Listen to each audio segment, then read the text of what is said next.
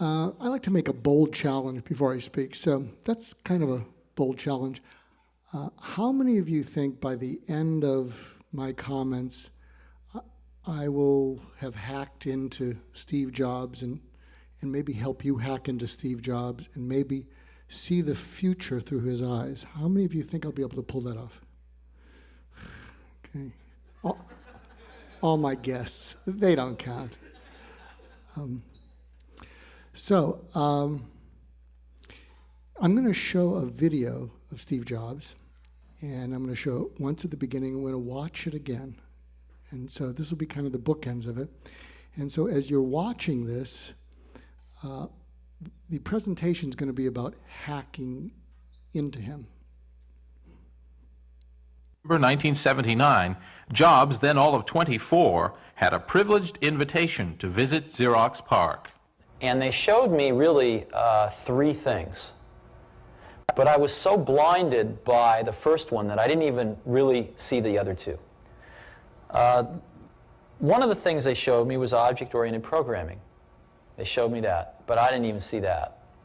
The other one they showed me was really a networked computer system. They had over 100 Alto computers, all networked, using email, et cetera, et cetera.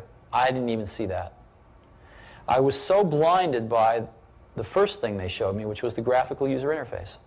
I thought it was the best thing I'd ever seen in my life. Now, remember, it was very flawed. What we saw was incomplete. They'd done a bunch of things wrong, but we didn't know that at the time. It's still, though, they had the germ of the idea was there, and they'd done it very well.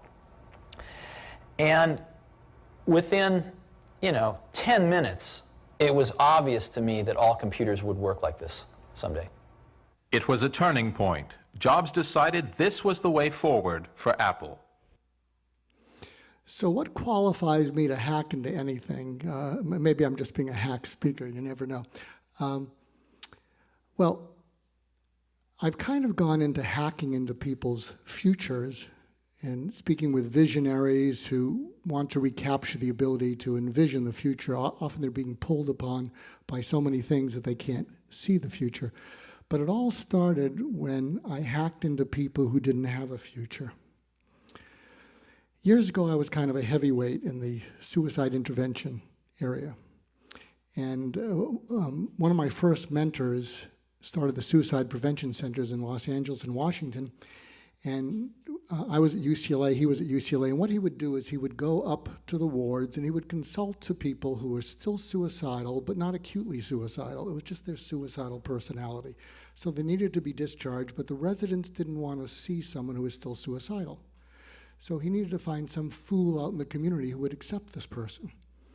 And so early in my practice, probably a quarter of the people I was seeing were suicidal. And there was one woman, and we'll call her Nancy, and it changed everything. And I wrote a book called Just Listen, and if you check it out, it's about how to listen to people from the inside out. So I had been moonlighting at a state hospital, Metropolitan State Hospital out in Norwalk, and I was there. And I don't think I'd slept for 36, maybe 48 hours. So, when you're not sleeping, you know how your teeth are loose and some of your sphincters kind of dance to their own drum? And so I'm there, and I'm in the room, and if you're me, this is Nancy. And I was seeing her 2 or 3 times a week, and I swear I wasn't helping her, but that was I was probably 8 months into this. It was the longest she'd gone without being re-hospitalized or a suicide attempt, but I didn't think I was helping her. And so on this one day, I was sleep deprived. And so she's seated there looking like this, and suddenly all the color in the room turns to black and white. And then the black turns to hazy, ugly gray, and I got a chill that went through me. And I thought I was having a stroke or a seizure. Now, I'm a medical doctor. I'm not a psychologist. I'm a medical doctor. And so I did a neurologic exam on myself. It wasn't rude because she's like this. And so I'm going like this, I'm going like this, I'm going like this, I'm tapping my knees and whatever. And I say, I'm all here. I'm not having a stroke or seizure. And then I had this crazy idea that I was looking at the world through her eyes. What she saw like this was what I was seeing. And I was kind of young and I was kind of game, and so I leaned into it. And it got worse and worse. I actually shared the story with a friend of mine, Reverend Jim Kowalski. He's the main reverend at St. John the Divine, the Gothic Cathedral in Manhattan. And he said, you went into the dark night of the soul. And so I'm leaning into it. And again, because I'm sleep deprived, you sometimes blurt things out that are better left unsaid. And so I said to her, I said, Nancy, I didn't know it was so bad, and I can't help you kill yourself. But if you do, I'll still think well of you. I'll miss you. And maybe I'll understand why there was no way out of the pain and you had to. And so I said to myself, did I just say that, or did I just think that? I said, I just said it. And I remember saying to myself, don't write that in the medical record. And so she looks at me. First time she's looked at me. And I look into her eyes, and she looks into my eyes, and I realize I had it right. And I'm getting a little paranoid because I thought what she was going to say is, thank you. I'm overdue. This is the longest I've gone in recent years. And so I looked in her eyes, and I said, what are you thinking? And she looked right through my eyes, and she said, if you can really understand why I might have to kill myself to get out of the pain, maybe I won't need to. And then the color came back, and the room came back, and she came back. She got a PhD, had a couple kids, but it changed everything. And so I started being able to look out at the world through other people's eyes. And I kind of took this, and I've trained FBI and police hostage negotiators, so I could sometimes hack into the world of the perpetrator and advise the negotiators, this is what they need to see and hear to give up the gun. Something else you might remember. How many of you recall this fellow? Well, I was an advisor to the prosecution on the O.J. Simpson trial. And what I would do is I would sit in the courtroom, and I could close my eyes for 5 seconds, and I could see the courtroom from anybody else's point of view. I could see it from the witness's point of view. I could see it from Judge Ito's point of view. But of course, what they wanted was for me to be able to see it from the jury's point of view. And so here's an example of something that they did use. At the end of the trial, and they're going to go into closing arguments. So I imagine I was a juror, and I was saying, when I go into deliberation, I don't have to listen to Marcia Clark's shrill voice, or Christopher Darden's kind of whiny voice, or Johnny Cochran was kind of melodic. But when I go into deliberation, the way that they maybe can have a lasting impact on me is to haunt me. And so I told Marcia Clark, play the 911 tapes of Nicole Brown Simpson telling you who killed her. Put that in the closing argument. And that's what she did. So what I'm wanting you to do is see if there's a parallel that you're picking up in each of these situations. Remember what you saw from the Steve Jobs clip. And you heard the story of Nancy, and now this one. Here's a final one. What do you think the chances are of a billionaire in Los Angeles who thinks most psychology is a bunch of hot air, and is not known for giving a lot of compliments or credits to those types? What do you think the chances are that that billionaire would start off an article in a major business magazine quoting that psychologist type, as in moi, and then give that person a compliment? Now, if you didn't know it was a setup, you'd say, oh, he's not going to do it. Well, if you look up, do a search under Eli Broad and Goulston, my last name, it'll take you to this article. Wealth is what you take from the world, worth is what you give back. So here's the backstory. I had met Eli in an informal meeting, and he was telling me about a management situation that he was dealing with, and I told him, don't do it that way. It won't work. Try it this way. And he said, well, that's pretty interesting. I bring that up because a billionaire is not going to take your call if you don't know them. So I call him and I say, hey, Eli, are you ever going to write a book on philanthropy? He says, and Mark, I'm in a rush. Now, any of you know Eli Broad. He has more energy than this whole room combined. I don't know where he gets it from. He says, I'm in a rush. I said, well, you're focused on your foundation. Are you ever going to write a book about it? He said, Mark, I got to go. So this is very important about what you'll hear as I break down the hacking.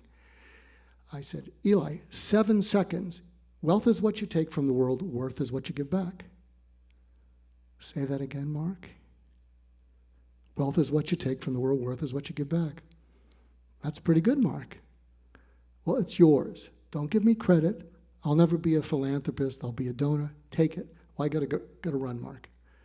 And then 6 months later, Forbes magazine calls me, and they say, we got this quote, and it's attributed to you. It's from Eli Broad.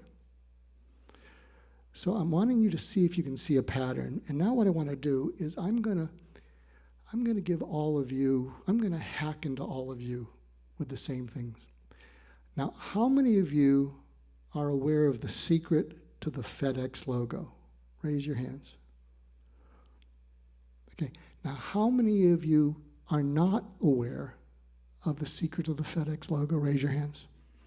Okay, so all of you who are not aware of the secret of the FedEx logo, I'm going to show it to you. Now, I want you to have your arms crossed like this. Okay, all of you who don't know the secret of the FedEx logo. By the way, this has won more awards than any other logo, maybe except Coca-Cola. So keep your arms, and I want you to just be natural with what happens next. And I'm going to show you the logo, and all the people that know the secret to it, I want you to yell out what the secret is. What arrow?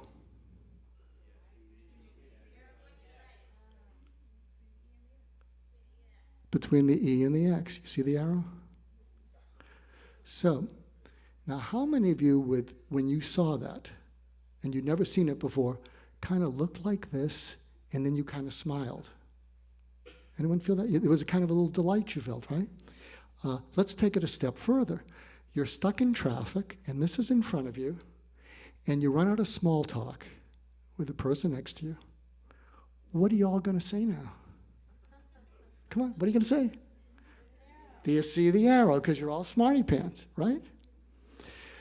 So what happened there is the same thing that happened with Steve Jobs, that happened with Nancy, that happened with Eli Broad, and what happened with the jury. And these are the 4 things that you went through.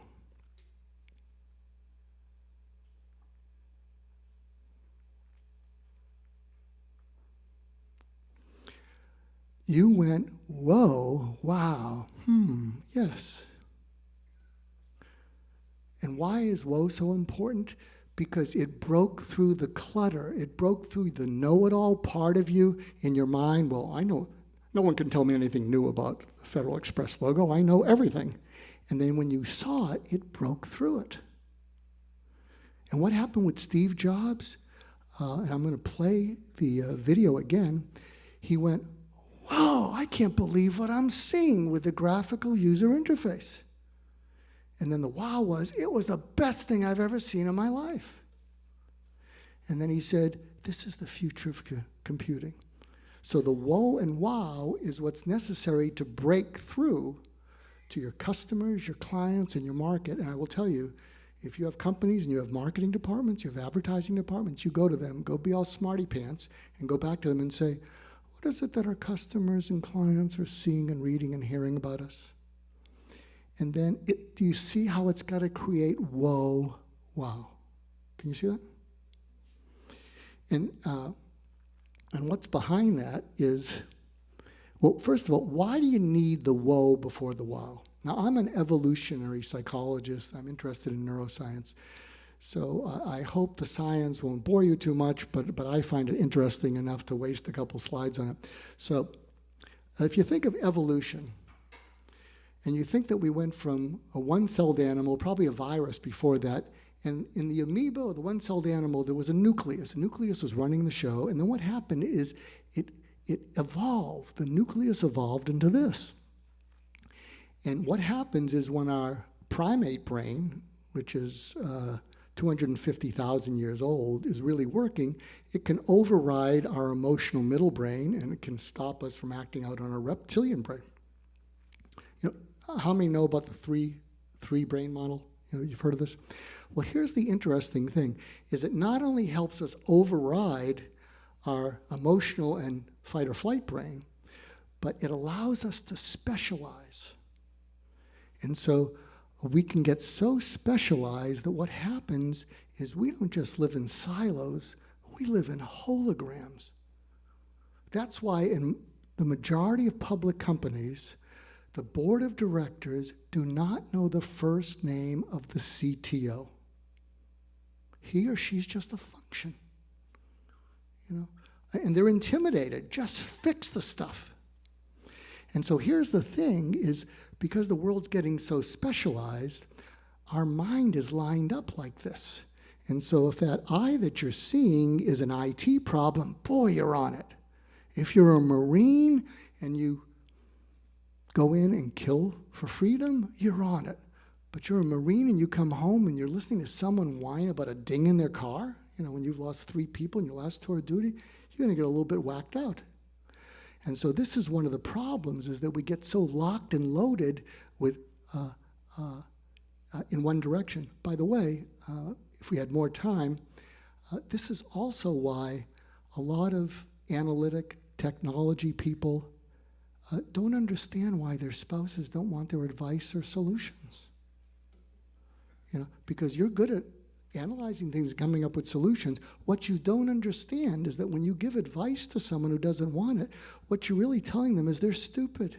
And when you give them a solution that they didn't ask for, what you're really saying is, you got a problem, but you came to the right person because I solve problems. And they look at you and they say, you're an idiot. You know, so that's what happens. And so can you see how we get locked and loaded according to where we feel most specialized? And so what you really need to do is what happened in some of those anecdotes. What each of them was, Steve Jobs thought, I can't believe what I'm seeing. For you who saw the Federal Express thing, I can't believe what I'm seeing. For Eli Broad, he wanted to get off the phone, and that motto, he couldn't believe what he was hearing. And to Nancy, she couldn't believe what she was feeling. And so, and what do these lead to? These lead to fascination. And fascination has the power to safely disrupt people out of their mindsets and comfort zones. I don't care how analytic any of you are. If you're taking your kids to Disneyland for the first time and you have never been there and you see what they see in their eyes, if you don't get fascinated, I mean, boy, I mean, you need some major electrical energy to your frontal lobe to give it a day off or something. And what does that lead to? What does fascination lead to? It leads to the lights going off. Is there a way to put this thing back on? Oh, there it is. It leads to innovation. And if you think of what innovation is, it means getting inside someone and touching them away, and they give you a standing ovation. Does that make sense? I mean, when you're innovating, they couldn't believe what they saw, heard, or felt, and it makes them want to cheer for you. So, and they showed me really 3 things. So I'm going to play this again. I think I went over it, but I want you to hear it and see if you can hear the whoa, wow, yes. And then I've added a segment from someone who sort of went, woe is me, from Xerox PARC. And they showed me really 3 things. But I was so blinded by the first one that I didn't even really see the other two. One of the things they showed me was object-oriented programming. They showed me that, but I didn't even see that. The other one they showed me was really a networked computer system. They had over 100 Alto computers, all networked, using email, et cetera, et cetera. I didn't even see that. I was so blinded by the first thing they showed me, which was the graphical user interface. I thought it was the best thing I'd ever seen in my life. Now, remember, it was very flawed. What we saw was incomplete. They'd done a bunch of things wrong, but we didn't know that at the time. It's still, though, they had the germ of the idea was there, and they'd done it very well. And within, 10 minutes, it was obvious to me that all computers would work like this someday. It was a turning point. Jobs decided this was the way forward for Apple. He came back and, I almost said asked, but the truth is demanded that his entire programming team get a demo of the Smalltalk system. And the then head of the Science Center asked me to give the demo because Steve specifically asked for me to give the demo. And I said, no way. I had a big argument with the Xerox executives telling them that they were about to give away the kitchen sink. And I said I would only do it if I were ordered to do it, because then, of course, would be their responsibility. And that's what they did. Woe to Xerox. What it was is my guess is what happened is they were in the copier business. And in their minds, we don't want personal computers that lead to printers. So you can sort of understand, a little of their defensive posture, but they really gave away the kitchen sink. So I agree with this. Life is given to make changes in the world. Otherwise, why are we in this world? Rest in peace, Guy. This one's for you. Thank you.